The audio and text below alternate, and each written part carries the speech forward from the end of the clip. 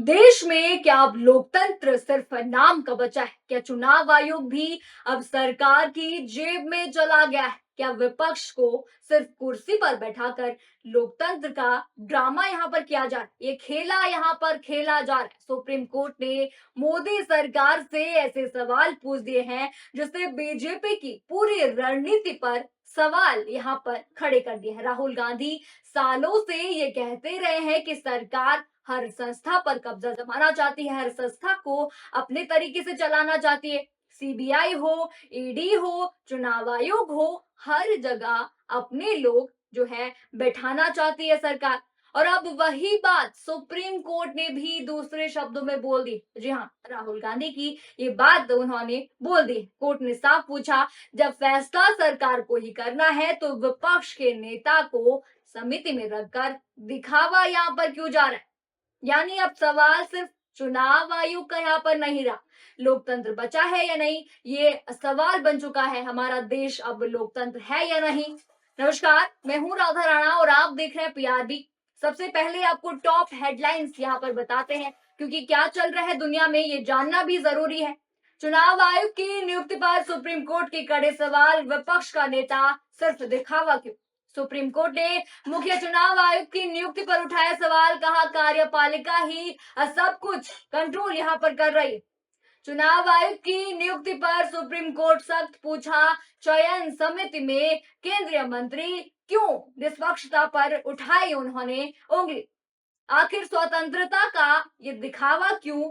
चुनाव आयुक्त की नियुक्ति प्रक्रिया पर सुप्रीम कोर्ट की तीखी टिप्पणी। दर्शकों, सुप्रीम कोर्ट ने ये चुनाव आयुक्तों की नियुक्ति को लेकर मोदी सरकार को जोरदार तरीके से यहाँ पर घेरा है। कोर्ट ने पूछा कि अगर समिति में प्रधानमंत्री और उनका मंत्री दोनों एक ही तरफ रहेंगे तो विपक्ष के नेता को यहाँ पर बैठाने का मतलब क्या बनता है?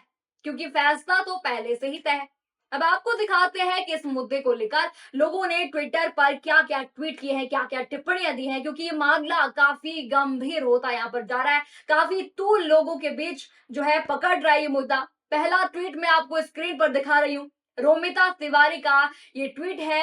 उन्होंने कहा है कि सुप्रीम कोर्ट ने मुख्य चुनाव आयुक्त और अन्य चुनाव आयुक्त की नियुक्ति में केंद्रीय मंत्री के होने पर सवाल यहाँ पर उठाए। कोर्ट ने कहा कि प्रक्रिया में एलओपी को शामिल करके निष्पक्ष होने का दिखावा यहाँ पर सरकार जो है वो क्यों कर रही। आगे आप देखिए, जनसत्ता का ये ट्वीट है। जनसत्ता का यहाँ पर कहना है कि सुप्रीम कोर्ट ने चुनाव आयुक्त की नियुक्ति प्रक्रिया पर सवाल यहाँ पर उठाया है। कहा उन्होंने है कि सीबीआई से ज्यादा महत्वपूर्ण यहाँ पर चुनाव आयोग हो गया है।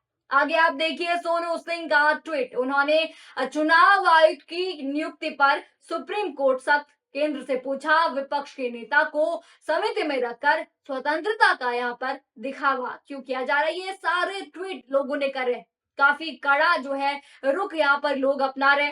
अभी मामला मैं आपको आसान भाषा में समझाती हूँ, पूरा मामला मैं आपको समझाती हूँ। पहले क्या व्यवस्था थी? ठीक है, पहले प्रधानमंत्री था, नेता विपक्ष था और भारत के मुख्य न्यायाधीश यानी सीजेआई, ये तीन लोग यहाँ पर मिलकर चुनाव आयुक्त को चुनते थे। मतलब कि एक सरकार था, एक विपक्ष था और एक निष्पक्ष चेहरा यहाँ पर होता था। लेकिन बीजेपी सरकार ने कानून ही यहाँ पर बदल दिए, पूरे चेहरे यहाँ पर बदल दिए। सीजीआई को उन्होंने बाहर कर दिया गया है और उनकी जगह जो है मोदी सरकार का मंत्री यहाँ पर बैठा दिया गया है। अब सोचिए, तीन लोगों की समिति में दो लोग जो हैं सरकार के हैं, यानी बीजेपी सरकार के दो लोग हैं, तो फैसला किसका होगा? सीधी सी बात है जो यहाँ पर सीधी सी बात यहाँ पर है कि सरकार का ही वो दूसरा चेहरा होगा। यही बात सुप्रीम कोर्ट ने भी कही। कोर्ट ने पूछा कि जब हर फैसला दो एक से सरकार के पक्ष में जाएगा तो विपक्ष के नेता को वहां बैठाकर नौटंकी क्यों की जाए? जब आप अपना फैसला सुनाएंगे तो विपक्ष को वहां पर बैठाए क्यों रहे? ये सुप्रीम कोर्ट ने कहा। सुप्रीम कोर्ट ने साफ कहा कि चुनाव आयोग सिर्फ निष्पक्ष होना नहीं चाहिए, जनता को भी यहाँ पर निष्पक्ष वो दिखना चाहिए। और यही सबसे बड़ा सवाल है, क्योंकि आज विपक्ष लगातार आरोप लगा रहा है कि बीजेपी हर संस्था पर कब्जा जो है करना चाहती है, हर संस्था को अपने नाम का बनाना चाहती है। सीबीआई का इस्तेमाल विपक्षी नेताओं पर दबाव बनाने के लिए होता है। ईडी का यहाँ पर इस्तेमाल होता है डराने के लिए। और अब चुनाव आयोग की नियुक्ति पर भी सवाल यहाँ पर खड़े हो रहे हैं, यानी ये तीनों चीजें सरकार ही चला रही। राहुल गांधी ने भी हाल ही में सीबीआई डायरेक्टर की नियुक्ति को लेकर सरकार पर हमला बोला था। उन्होंने कहा था कि विपक्ष के नेता को सिर्फ रबर स्टैंप यहाँ पर बनाकर रखा जाए। 69 यानी 16 नाम आखिरी समय में वो जो है यहाँ पर दिए गए। ना कोई जानकारी यहाँ पर दिया गया, ना कोई यहाँ पर समय था। बस सरकार जो चाहती है उसी पर साइन जो है विपक्ष करेगा, साइन करो, ये राहुल गांधी ने कहा था। राहुल गांधी ने यहाँ पर साफ कहा था विपक्ष का नेता कोई मोहर लगाने वाली मशीन नहीं, यानी रबर स्टैम्प नहीं। अब सुप्रीम कोर्ट की टिप्पणी के बाद राहुल गांधी के आरोपों को और ताकत मिल गई है। राहुल गांधी की बात जो है यहाँ पर सच होती नजर आ रही है। सवाल यहाँ पर यह भी है कि बीजेपी आखिर हर संस्था में अपने लोगों को बैठाने की इतनी जल्दी में क्यों रहती है? क्या सरकार को निष्पक्ष लोगों से डर लगता है?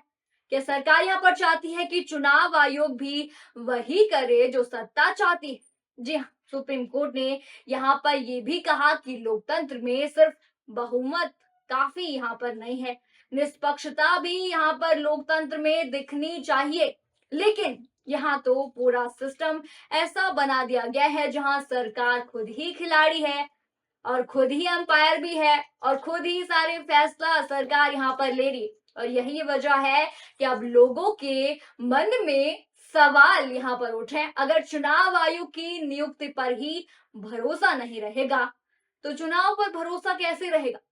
अब जो है अगली सुनवाई पर सबकी नजरें यहाँ पर टिकी हैं। कब होगी अगली सुनवाई?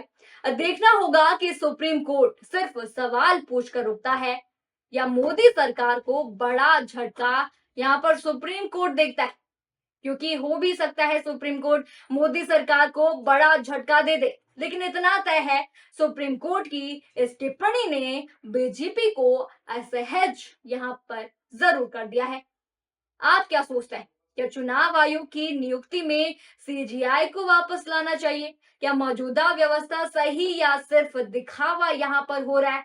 हमें कमेंट सेक्शन में जरूर बताइए, क्योंकि आपका कमेंट ही हमें बताएगा कि क्या सीजीआई यहाँ पर सही कह रहे हैं, क्या सीजीआई का होना जरूरी है, या मोदी सरकार ने जो किया है वो गलत है या नहीं। हमें कमेंट सेक्शन में जरूर बताइए और साथ ही बने रहिए पीआरबी के साथ और चैनल को सब्सक्राइब करना ना भूलें।